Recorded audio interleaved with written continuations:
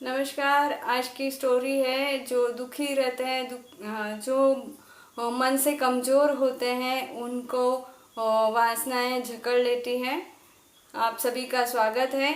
आज धम्मपदा की 7वीं स्टोरी चल रही है और इस स्टोरी में हम जानेंगे कैसे हम कमज़ोर होते हैं तो हमारे साथ क्या क्या दुर्घटनाएं घट सकती हैं।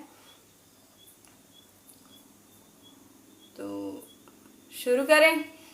चलो। एक गांव होता है। उस गांव में 3 भाई रहते हैं। तो तीनों भाई अपना जॉइंट फैमिली में रहते हैं, मतलब दोनों सारे एक साथ ही एक घर में रह रहे होते हैं। तो वो अपना आजीविका के लिए बिजनेस कर रहे होते हैं।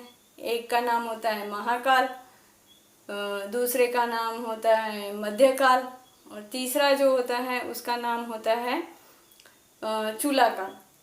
तो ये 3 इस तरह से भाई हैं। इसमें से जो बड़ा वाला और छोटा वाला मतलब महाकाल और चूलाकाल, ये दोनों भाई जो हैं सामान अलग अलग गांव से शहरों से खरीद के लाते हैं और उस सामान को ला के जो बीच वाला भाई होता है मध्यकाल, उसको देते हैं।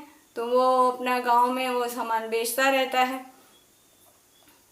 तो इस तरह से इनका जीवन चल रहा होता है। एक बार महाकाल और चूलाकाल बाजार से मतलब दूसरे गांवों से सामान लेकर आ रहे होते हैं।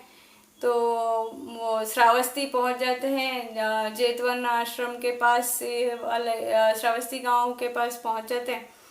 तो वहाँ देखते हैं कि वहाँ वो रुक जाते हैं। तो वो देखते हैं कि बहुत सारे गांव के लोग जो है इकट्ठे होके जेतवन आश्रम की तरफ जा रहे होते हैं।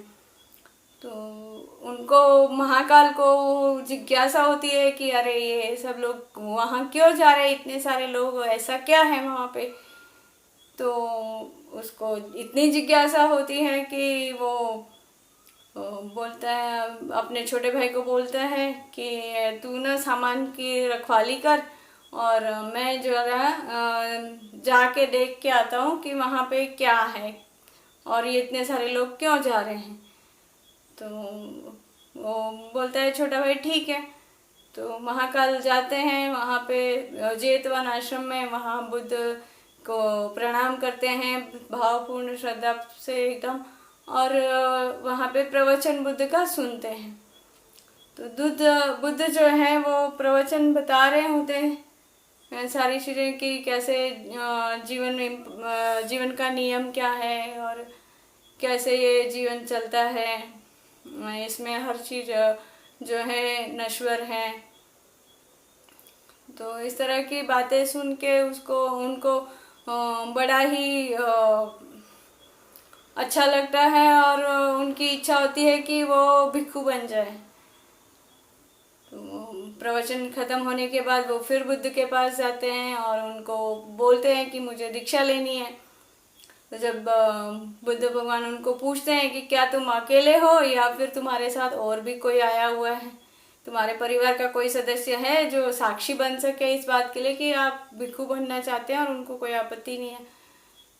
तो कहते हैं हाँ, मेरा भाई है छोटा, वो आया हुआ है और मैं उसको बुला लाता हूँ तो वो साक्षी बन जाएगा।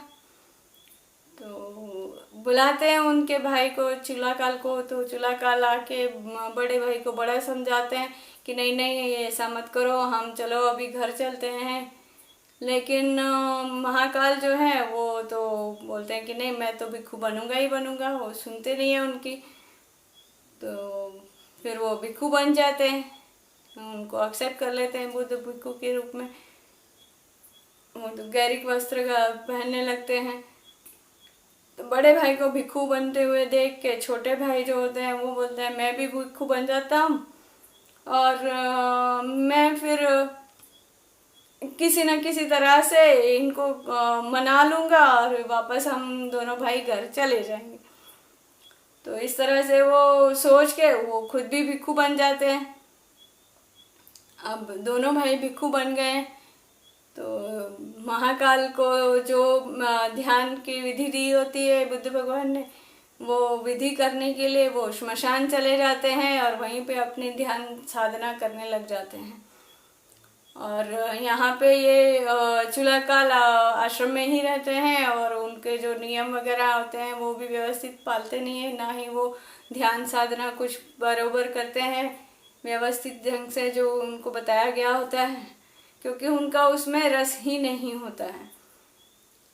तो इसलिए वो वहाँ पे बिल्कुल अलग ढंग से ही रह रहे होते हैं, उनका कोई इसमें रस नहीं होता है ध्यान वगैरह में। उनको लगता था कि कैसे वापस संसार में जाएं। तो ऐसे चल रहा होता है और थोड़े टाइम में ही महाकाल जो है वो अरहंत हो जाते हैं, उनको ज्ञान की प्राप्ति हो जाती है। ज्ञान की प्राप्ति होने के बाद बुद्ध को पता चलता है कि इनको ज्ञान प्राप्त हो चुका है। तो बुद्ध एक बोलते हैं सारे भिक्षुओं को कि अपन गांव में जाएंगे, जो महाकाल का गांव है वहां जाएंगे, पास के जंगल में जाके रहेंगे कुछ दिन। तो इस तरह से भिक्षु जी से सबसे बात होती है, तो सब तैयार हो जाते हैं। तो बुद्ध के साथ सारे लोग उस जंगल में जाने के लिए, और इस तरफ इनकी पत्नियों को पता चलता है महाकाल और चूलाकाल की कि भाई बुद्ध आ रहे हैं। तो वो सोचते हैं कि ये अच्छा समय है अपने पतियों को वापस अपने पास बुलाने का। तो वो बुद्ध को बुलवा जाके निमंत्रण देते हैं कि आप ना हमारे यहाँ भिक्षा के लिए आइए, खाना वाना खाने के लिए आइए सारे भिक्षुओं को लेके, और हम आपके लिए पूरा अच्छी तरह से पूरा प्रबंध करेंगे। तो बुद्ध बोलते हैं कि ठीक है, वो स्वीकार कर लेते हैं उनका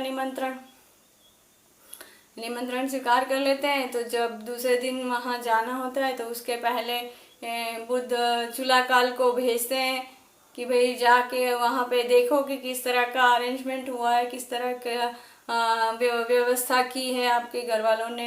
इतने सारे भिक्षु हैं तो सबके लिए कैसी व्यवस्था की है खाने पीने की। तो जाते हैं चूलाकाल अपने घर, और वहाँ जाते ही उनकी पत्नियाँ जो होती है, उनकी 2 पत्नियाँ होती है वो चूलाकाल की, वो उनको बहुत ही छेड़ती है और उनको सारे गैरिक वस्त्र होते हैं वो निकलवा देती हैं और उनको सफ़ेद कपड़े पहना देती है, और कहती है कि अब आप बुद्ध के पास जाओ, वहाँ पे उनसे कहो कि यहाँ पे सारा प्रबंध हो चुका है और आप आ जाओ हमारे यहाँ खाना खाने के लिए। तो जाते हैं बुद्ध वहाँ पे खाना खाने के लिए, खाना वाना खा लिया, सब हो गया। उसके बाद फिर बुद्ध निकलने लगते हैं वापस। तो बुद्ध वापस अपने जंगल की तरफ गांव के बाहर निकलने लगते हैं। तो चूलाकाल जो है वो नहीं आता है, वो पीछे ही रह जाता है। वो कहता है कि मैं अभी संग में वापस नहीं आऊँगा।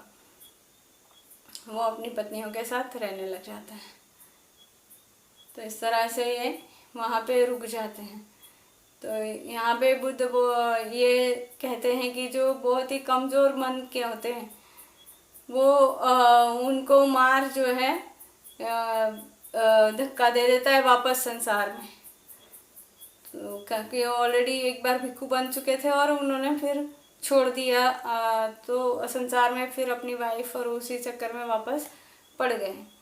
तो ये थी आज की कहानी।